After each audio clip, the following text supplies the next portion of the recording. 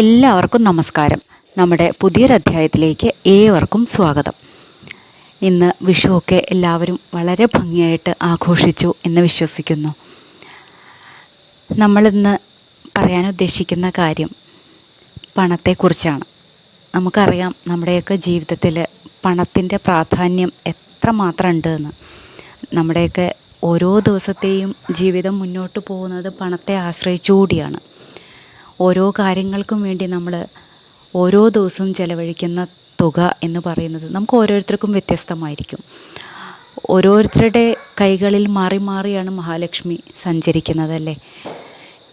കൂടുതൽ അനുഗ്രഹമുള്ള ആളുകളുടെ കയ്യിൽ കൂടുതൽ പണം ഉണ്ടാവും. മഹാലക്ഷ്മി കടാക്ഷം കൂടുതലുള്ളവരുടെ കയ്യിൽ കൂടുതലായിട്ട് മഹാലക്ഷ്മി നിൽക്കും.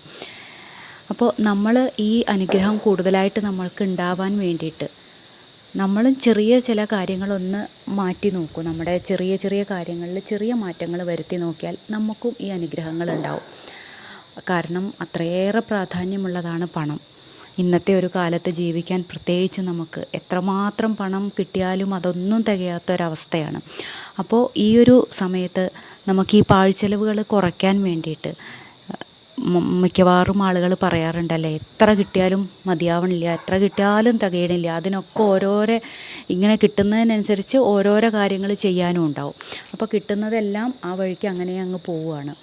അപ്പോൾ ഇങ്ങനെ നമുക്ക് ഓരോരുത്തർക്കും, സാധാരണക്കാരായ ഓരോരുത്തർക്കും ഇത്തരത്തിൽ നിരവധിയായിട്ടുള്ള പ്രശ്നങ്ങളുണ്ടാവും.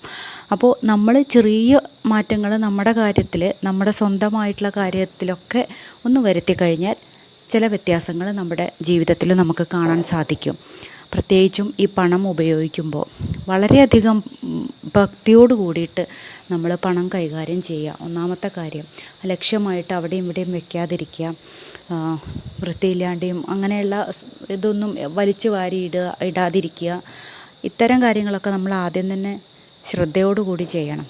പണം ചില ആൾക്കാർ വന്നു കഴിഞ്ഞാൽ ഇങ്ങനെ പോക്കറ്റിൽ നിന്ന് എല്ലാ സാധനങ്ങളും അല്ലെങ്കിൽ എവിടെ ഇങ്ങനെ എടുത്ത് വെക്കുന്ന കൂട്ടത്തിൽ ഈ പണവും അങ്ങനെ അങ്ങോട്ട് മാറ്റി വലിച്ച് മേശപ്പുറത്ത് വെക്കുക, അങ്ങനെയൊക്കെ ചെയ്യാറുണ്ട്. അപ്പോൾ അതിനൊക്കെ കൃത്യമായിട്ട് വെക്കേണ്ട സ്ഥലത്ത് കൊണ്ട് വയ്ക്കുക. അത്രയേറെ നമ്മൾ ഓരോരുത്തരും കഷ്ടപ്പെടുന്നത് ഈ ഒരു കാര്യം ഉണ്ടാവാൻ വേണ്ടിയിട്ടാണ്. അപ്പോൾ അതിനെ അത്രമാത്രം പ്രാധാന്യത്തോടു കൂടി നമ്മൾ കണക്കാക്കണം അല്ലേ. അപ്പോൾ ഇങ്ങനെ വളരെയധികം നല്ല രീതിയിൽ പണത്തെ നമ്മൾ കൈകാര്യം ചെയ്യണം. പിന്നെ നമ്മൾ ഈ പണം വെക്കുന്ന സ്ഥലത്ത്, അളമാറയിലോ പേഴ്സിലോ എവിടെയാണോ നമ്മൾ പണം സൂക്ഷിക്കുന്നതെന്നുണ്ടെങ്കിൽ അവിടെ നമ്മൾ ഈ പണത്തിന് കൂടുതലായിട്ട് നമുക്ക് ഉണ്ടാവാൻ വേണ്ടിയിട്ട്, അല്ലെങ്കിൽ പണം നമ്മളിൽ നിന്നും പോവാതിരിക്കാൻ വേണ്ടിയിട്ട് ചെറിയ കാര്യങ്ങൾ നമുക്ക് ചെയ്തു വയ്ക്കാം. ഇപ്പോൾ ആ പണം വയ്ക്കുന്ന അളമാറയിൽ ഒരു 2 ഏലക്കയോ അല്ലെങ്കിൽ ഗ്രാമ്പുവോ അല്ലെങ്കിൽ ഒരു കഷ്ണം മഞ്ഞൾ, പച്ചക്കർപ്പൂരം, ഇതൊക്കെ അതിൻ്റെ കൂട്ടത്തിൽ വെച്ചാൽ വളരെ വിശേഷമാണ്. ആ പണത്തെ ആകർഷിക്കാൻ കഴിവുള്ളവയാണ് ഈ സാധനങ്ങളൊക്കെ. അപ്പോൾ ഇതൊക്കെ അതിൻ്റെ കൂട്ടത്തിൽ വെക്കുകയാണെങ്കിൽ നമുക്ക് അത്രയും ഐശ്വര്യമാണ്. ഈ വസ്തുക്കളൊക്കെ നമ്മൾ പണം വയ്ക്കുന്ന അലമാരയിലൊന്ന് വെച്ച് നോക്കൂ. നമുക്ക് എങ്ങനെയെങ്കിലും പണം നമ്മുടെ മുട്ടില്ലാണ്ട് നമ്മുടെ കൂടെ വന്നുകൊണ്ടേയിരിക്കും. അതുപോലെ തന്നെ ചില ആളുകൾ കണ്ടിട്ടുണ്ടോ, പേഴ്സ് വളരെ മോശമായിട്ടുള്ള അവസ്ഥയിലുള്ള പേഴ്സൊക്കെ ആയിരിക്കും, ചിലപ്പോൾ കീറിയതൊക്കെ ആയിരിക്കും, കളയാറായിട്ടുള്ളതായിരിക്കും. പക്ഷേ നമുക്ക് അതിനോട് എന്തോ ഒരു അടുപ്പമുള്ളതുകൊണ്ട്, അല്ലെങ്കിൽ എന്തെങ്കിലും ആരെങ്കിലും തന്നതായിരിക്കാം, എന്തെങ്കിലും ഒരു അറ്റാച്ച്മെൻ്റ് ഉള്ള പേഴ്സാണെങ്കിൽ നമ്മളത് ഒരിക്കലും ഉപേക്ഷിക്കാൻ കൂട്ടാക്കില്ല. അപ്പോൾ അങ്ങനെയുള്ള പേഴ്സുകൾ ദയവ് ചെയ്ത് അത് ഉപേക്ഷിക്കുക. പണം സൂക്ഷിക്കുന്നത് എപ്പോഴും വളരെ നല്ല വൃത്തിയുള്ള, നല്ല ഓട്ടയൊന്നും ഇല്ലാത്ത നല്ല പേഴ്സിലായിരിക്കണം.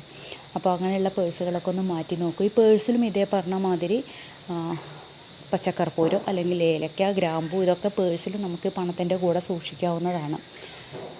അതുപോലെ തന്നെ നമ്മൾ കവറിൽ അല്ലെങ്കിൽ തുണിയിലൊക്കെ, തുണി സഞ്ചിയിലാണ് പണം വെക്കുന്നതെങ്കിൽ, അല്ലെങ്കിൽ കവറിലാണെങ്കിൽ മുഷിഞ്ഞതൊക്കെ ആയിട്ടുള്ള കവറുകളൊക്കെ മാറ്റുക. നല്ല കവറിലൊക്കെ സൂക്ഷിക്കാൻ എപ്പോഴും ശ്രദ്ധിക്കുക. നന്നായിട്ട് പണത്തെ നമ്മൾ സൂക്ഷിക്കുക. പണം വയ്ക്കുന്ന സ്ഥലം നന്നായിട്ട് സൂക്ഷിക്കുക. അതും വൃത്തിയും ശുദ്ധിയും ഉള്ളതായിട്ടുള്ള സ്ഥലത്ത് വയ്ക്കുക. പിന്നെ നമുക്ക് കിട്ടുന്ന വരുമാനം അത് എത്ര ആയിക്കോട്ടെ, അതിൽ നിന്നൊരു ചെറിയ തുക, 1 രൂപയെങ്കിൽ 1 രൂപ, 10 രൂപയെങ്കിൽ 10 രൂപ, നമ്മളെ കൊണ്ട് കഴിയുന്ന പോലെ നമ്മൾ എന്തെങ്കിലും ഒരു നല്ല പ്രവൃത്തിക്ക് വേണ്ടിയിട്ട് ഉപയോഗിക്കുക. ഇതുപോലെ ഒന്ന് ചെയ്തു നോക്കൂ.